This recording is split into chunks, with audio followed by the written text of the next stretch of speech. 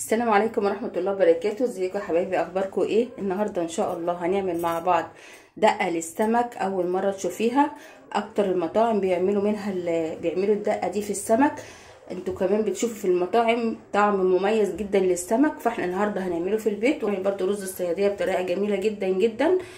شوفوا معايا الخطوات بتاعه الدقه اللي احنا هنعملها وشوفي الطعم. وبعدين بعد كده بقى ايه، مش هتلاقي السمك عندك ليه زفاره، ولا هتشمي السمك وانت بتقليه ريحه وحشه ولا اي حاجه. السمك المكونات اللي انا حطاها دي كلها بتمتص الزفاره من السمك، ما بتخليش للسمك ريحه وحشه خالص او زفاره خالص. فانت هتعتمدي الدقه ديت على طول في السمك بتاعنا. المكونات بتاعه الدقه بتاعتي جزر انا مقطعاه حلقات، طماطميتين صغيرين، فلفل حراق، فلفل رومي، الليمون اللي هو الكبير الحلو دوت برضو ما بيخليش ريحه زفاره للحاجه. انا بنقع بيه طبعا الليمون البلدي غالي جدا، فانا بجيب دوت بنقع بيه السمك وبنقع بيه الفراخ وبعمل بيه الاكل. طعمه جميل جدا، ما بيخليش اي ريحه زفاره في اي حاجه بتعمليها بيه. كمون، فلفل اسمر، كاري، كركم، شطه، وطبعا الاساسي بتاع الخلطه الملح. لو عندك بهارات حطي، بس انا دلوقتي ما عنديش بهارات، فانا هعمل السمك بالدقه دي كده. لو انت عايزه تضيفي بهارات تانية او تضيفي اي مكونات تانية ضيفيها. وطبعا هنضيف معلقه من الكزبره المتقطعه، على الكزبره والشبت على الدقه، بتدي طعم جميل برضو قوي جدا للسمك. يلا بقى على بركه الله، وسموا بسم الله الرحمن الرحيم، ونبتدي نشوف الخلطه هنعملها ازاي. اول حاجه هنا هنزل بالجزر. طبعا الكبه دي قديمه عندي، انا بعمل فيها البصل والثوم، ما بعملش فيها التانية، بعمل فيها اللي هي العصاير والحاجات يعني. فانا دي القديمه بتاعتي هعمل فيها الدقه بتاعت السمك عشان ريحه الثوم. اول حاجه هنزل بيها هي الجزر، هنفرمه كويس قوي عايزانا يعني. شايفين الجزر؟ هنزل بالطماطم وهنزل بالفلفل وهنزل بالبهارات. هنزل بكميه كويسه كده من الثوم المفروم، انا عاملاه في الفريزر مفرزاه. وهنزل بالملح طبعا اللي هو الرئيسي في الخلطه بتاعتنا. هنزل بمعلقتين 3 ملح كده، لان بعمل الخلطه ديت يا جماعه وبشيلها في الفريزر. وقت ما يكون عندي سمك بطلع واعمل منها على طول. 3 معالق من الملح كده. وهنزل بالليمون اللي انا كنت مقطعاه اهو. واحط خضره من اللي انا مفرزاها برضو اهي، احط حبه حلوين كده منها ونقطعه. طبعا هنزل بمقدار معلقه من الخل كده، ولسه طبعا هنضيف ليمون تاني. اجمل دقه للسمك، شايفين الجمال بقى.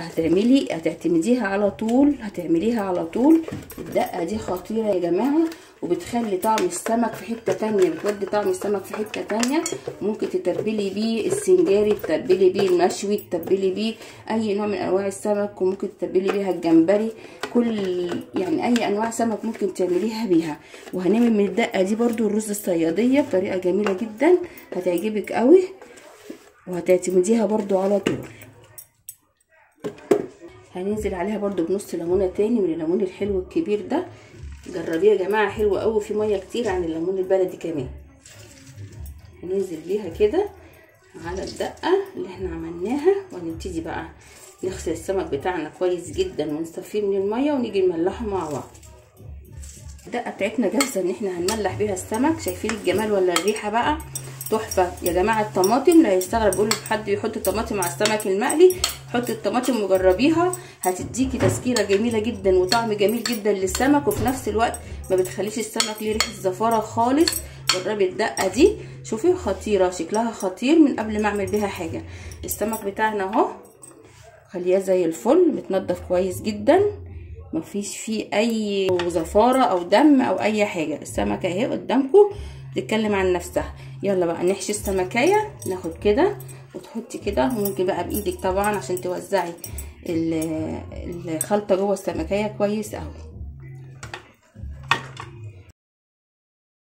شايفين بقى الشكل بتاع السمك تحفه ازاي. هيبقى طعمه تحفه. اعمليه. طبعا نص ليمونه ثانيه كبيره هبتدي اعصرها على السمك كده من بره عشان السمك بتاعي يبقى فيه مزازه حلوه كده وفي طعم جميل. جربي بس طريقتي في السمك وبالله عليكي تقولي لي ايه رايك، تدعي لي دعوه حلوه منك كده. ولو اول مره بتشوفي قناتي يا ريت تشرفيني في قناتي وتنوريني يا قمر.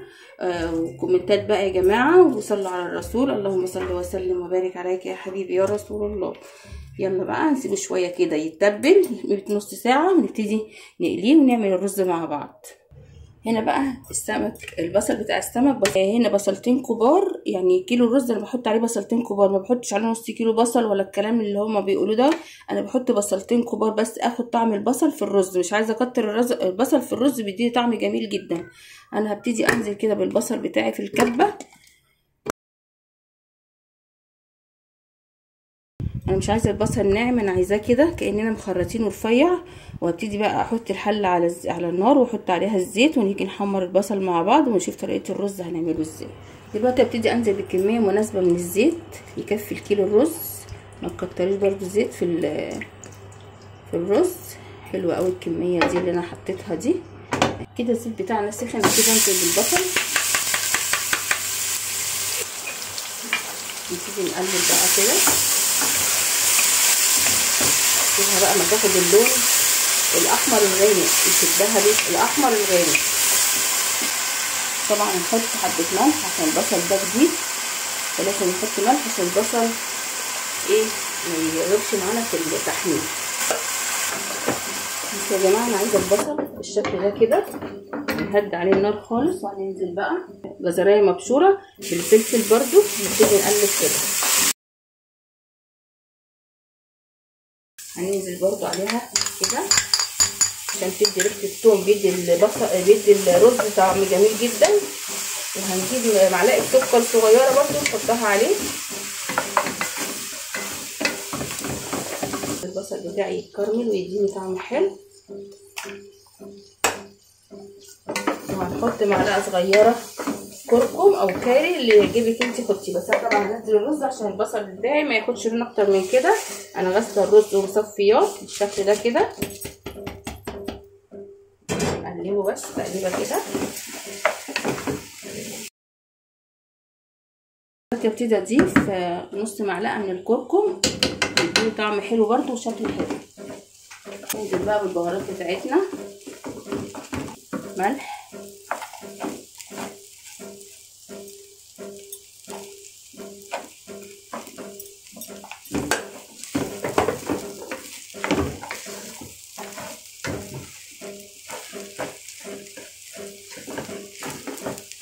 فلفل اسمر.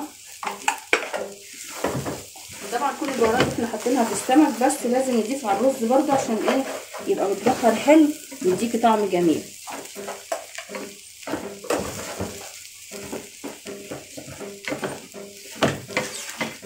دلوقتي بقى هنبتدي ننزل بالميه المغليه. مش قادره اقول لكم على الريحه، والله تحفه الريحه وهو لسه على البوتاجاز كده، ريحته تحفه تحفه تحفه. جربي بس الرز بالطريقه دي.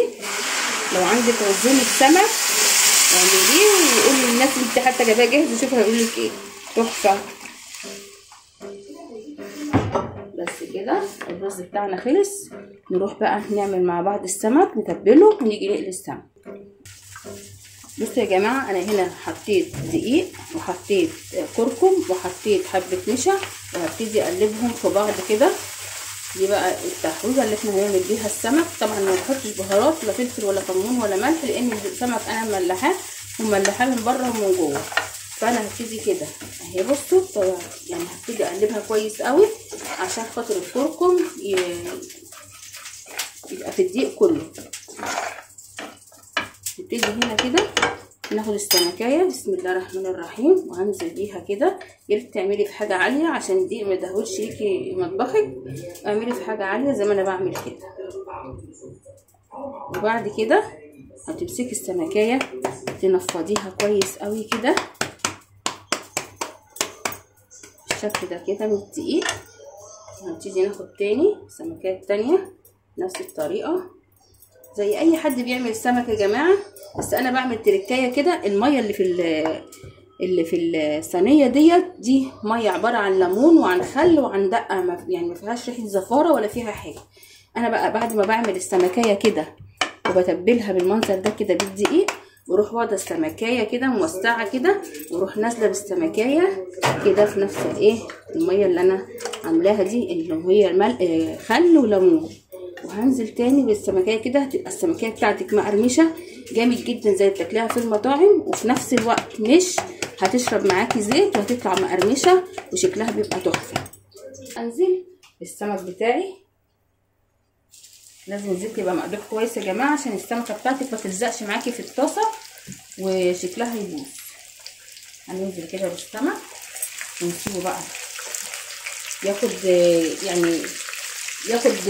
براحه السوا عشان خاطر يعني يسيبها براحته، وبعد كده نقلبه على الناحيه التانيه، ما تقلبوش هو لسه نازل في الطاسه عشان خاطر ما يتكسرش منك في قلب الطاسه. شايفين منظر السمك بقى؟ انا كده قلبته على الناحيه التانيه. شايفين منظر السمكيه شكلها يفتح النفس، وهدي عليها النار عشان تستوي، يعني ما توطيش النار، يعني خلي النار وسط عشان ما يشربش منك زيت. زي ما انا عامله كده، لان انت لو عليتي النار السمكيه هتاخد لون بسرعه وهتطلع منك شيطه ومن جوه نيه. هنسوي السمك على نار هاديه، لا منها عاليه ولا منها واطيه، نار وسط، ونقلب السمك زي ما انتم شايفين كده واخد لون تحفه.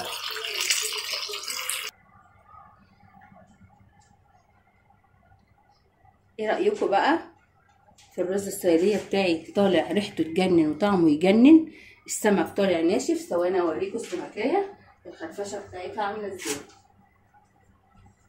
شايفين يا حبايب قلبي؟ شايفين السمكيه مش طريه مش شاربه زيت، السمكيه معايا جميله جدا ماسكه نفسها، حتى ايديا ما فيهاش زيت اهي، من ورا زي قدام. السمكيه مستويه حلو جدا.